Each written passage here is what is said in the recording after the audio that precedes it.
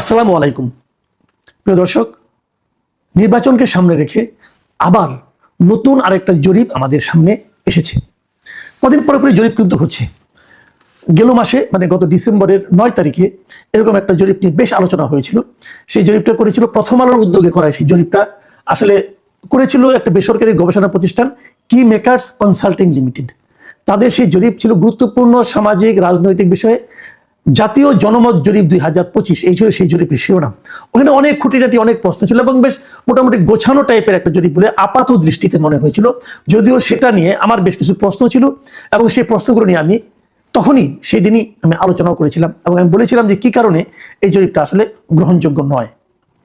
সেই জরিপে বলা হয়েছিল যে দেশের 66% মানে 66% মানুষ, মানে তাদের জরিপদাতা উত্তরদাতা যারা আছে তারা বলেছে যে আগামী নির্বাচনে বেশি আসনে জয়লাভ করবে বিএনপি, এবং 26% মত প্রকাশ করেছিল যে না, বেশি আসন পাবে জামায়াতে ইসলামী।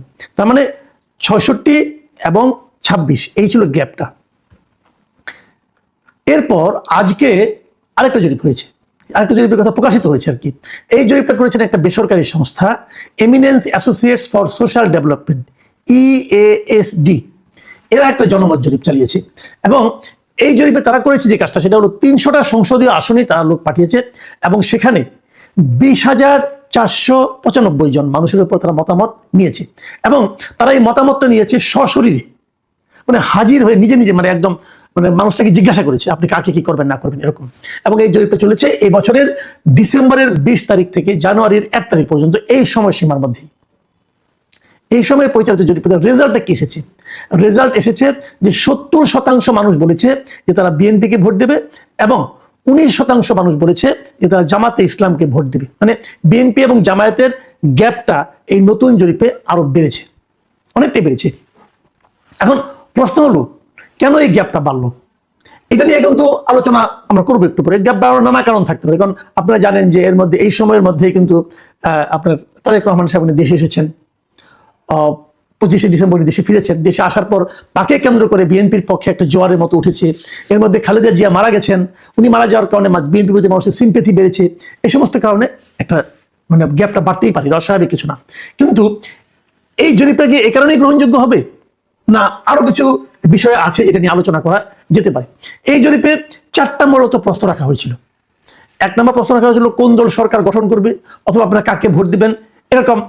আরেকটা প্রশ্ন করা হয়েছিল যে জিনিসটা খুব ইম্পর্টেন্ট বলে আমি মনে করি, সেটা হলো বলা হয়েছিল আপনি ভোট দেবেন না কিনা, মানে ভোট দেবেন না এমন কোনো ঘটনা আছে কিনা। এই যে প্রশ্নটা যে আমি ভোট দেব না অথবা আমি ভোট দিতেই চাই না, এই ধরনের প্রশ্নের উত্তরেও মাত্র 0.2% মানুষ বলেছে যে তারা ভোট দিতে যাবে না।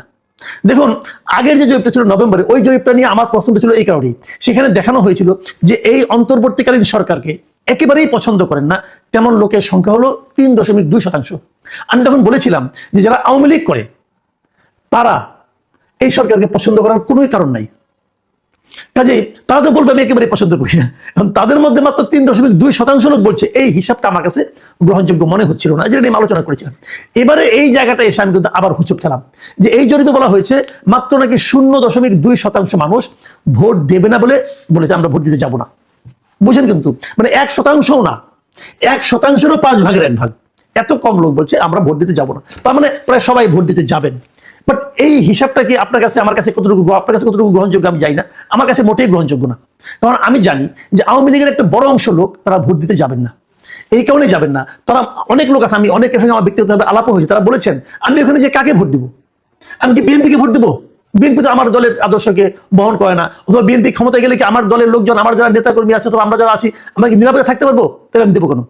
জামাত ইসলামকে আমি ভোট দেবো, আমি কেন দিব? আবার জামাতকে যাও বা দিতাম, এনসিপি যুক্ত হয়েছে, এনসিপির কারণে তো আমার দলের কর্মকাণ্ড স্থগিত হয়ে গেছে, ওদের কারণে তো আমরা নির্বাচন করতে পারছি না, তো ওদেরকে আমরা ভোট দিব না, তার চেয়ে বরং ভোটই দেবো না। এরকম বলার লোকের সংখ্যা কিন্তু অনেক আছে।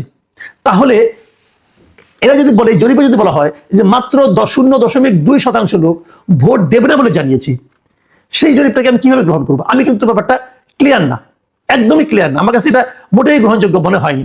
আরেকটা কারণ আমি বলি, এই জিনিসটা কেন হতে পারে সেটাও আমি বলি। হতে পারে এই কারণে, এরা বলেছে যে তারা এই জরিপটা করেছে সরাসরি, মানে একদম সশরীরে উপস্থিত থেকে। এর অর্থ হচ্ছে জরিপদাতা, জরিপ গ্রহীতা একজন মানুষের কাছে গিয়েছে, যে এই 4টা প্রশ্ন করেছে আপনাকে বলেছে ভাই আপনি কাকে ভোট দিবেন, উনি বলেছেন বিএনপিকে দেবো অথবা জামাতকে দেবো, অথবা আপনি কি ভোট দিতে যাবেন, হ্যাঁ যাবো অথবা যাবেন, এরকম। মজার ব্যাপার হলো আমার অভিজ্ঞতা বলে আমি অনেকগুলো নির্বাচনের আগে কিন্তু নির্বাচন নিয়ে কাজ করেছি, রিপোর্টিং করেছি, মাঠ পর্যায়ে গিয়েছি। সেই 1996 সাল থেকে কাজটা আমি করেছি। আমি যে পত্রিকা চাকরি করতাম 96 সাল 2001 সালের নির্বাচন আমি সশরীরে বিভিন্ন জেলায় ঘুরেছি। কিন্তু আমি একটা জিনিস দেখেছি, যখন মানুষকে জিজ্ঞাসা করা হয় আপনি কাকে ভোট দিবেন, মানুষ বিরক্ত হয়, মানুষ জবাব দিতে চায় না। তার বক্তব্য হলো আমার যার ইচ্ছা দেবো, আপনাকে বলবো কেন, এরকম আমি শুনেছি।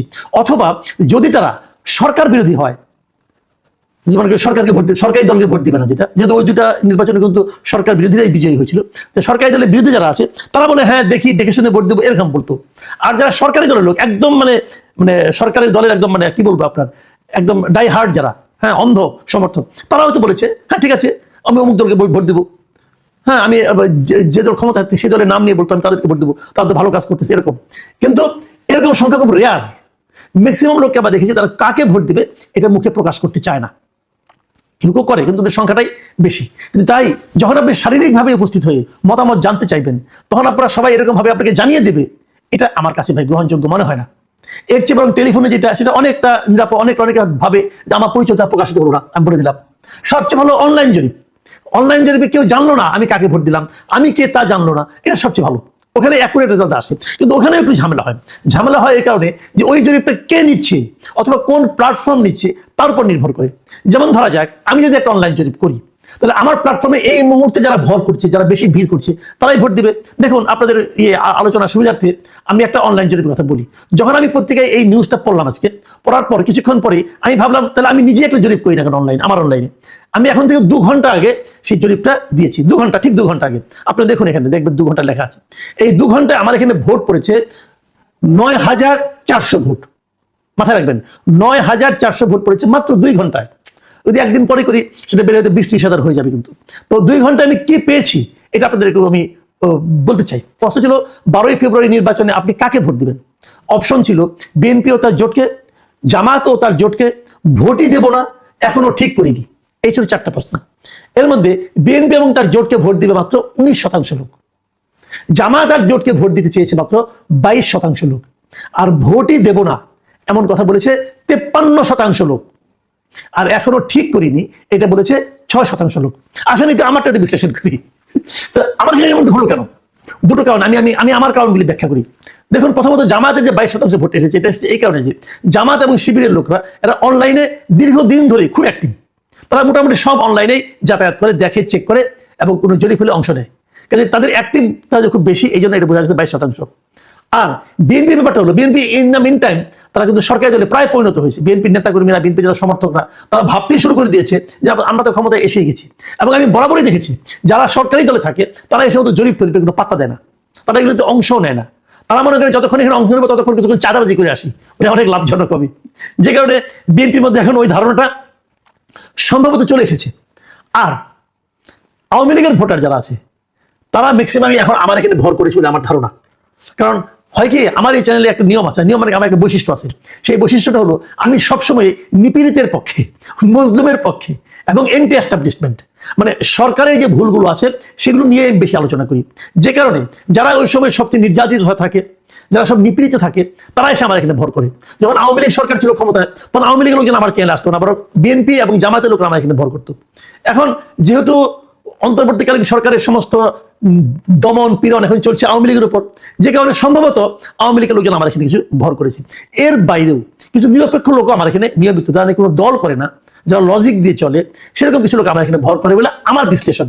তো সেক্ষেত্রে আমি এখানে দেখছি যে 53% মানুষ বলছে যে তারা ভোটই দেবে না। তখন আমি ভোটই দেব না এই যে অপশনটা, এরাই সবচেয়ে বেশি লোক এখানে এসেছে এই 9400 লোকের মধ্যে। যদি এটা হয় বাস্তবতা, আমি ধরলাম এখানে আওয়ামী লীগের লোকে ভর করেছে, আমি ধরে নিলাম এই কথাটা, কিন্তু লোক তো এরাই তো ভোট দেয়। যেখানে 22% লোক জামাতকে ভোট দিচ্ছে, 19% লোক বিএনপিকে ভোট দিচ্ছে, সেখানেও তো এই লোকগুলি ছিল। তাহলে এই লোকগুলোকে এই জরিপ, এই যে আপনার এভিডেন্স যারা জরিপটা করেছে, evidence associates for social development, এরা কেন খুঁজে পেল না? এটা কি করে 1% কম হয়? ভাই এমিনেন্স, আপনাদের এই জরিপ আমি নিলাম না ভাই, এটা ঘরে বসে করছেন, আমার কোনো সন্দেহ নাই। ঘরে বসে বসে বসে বানাই দিচ্ছেন, এবং বানাইছেন এই কারণে যেহেতু আপনারা মনে করেছেন যে বিএনপি এখন ক্ষমতায় আসছে, তারেক রহমানের সঙ্গে যে ব্যবসায়ীরা দেখা করে, অমুকরা দেখা করে, তুমুকরা দেখা করে, আপনি যে ইলেকশনে পরে দেখাবেন দেখেন, অথবা আগেই দেখাবেন আপনাদের জন্য আমরা এরকম একটা জরিপ করে নিয়ে এসেছি, এতে মানুষ প্রভাবিত হবে এবং কোনো একটা ধান্দা আপনাদের আছে ভাই। এটা হলো আমার বটম লাইন। আমি কিন্তু আমারটাও ব্যাখ্যা করলাম, আমার বটম লাইনটা কোথায়, কিন্তু বটম লাইন হলো এটা। এবং দর্শকদের প্রতি অনুরোধ, এই ধরনের জরিপ দেখলে পড়বেন কেন জানেন? ভালো লাগে যে অনেকটা রাশিফলের মতো দেখবেন, প্রত্যেক পত্রিকাতে রাশিফল ছাপা হয় কিন্তু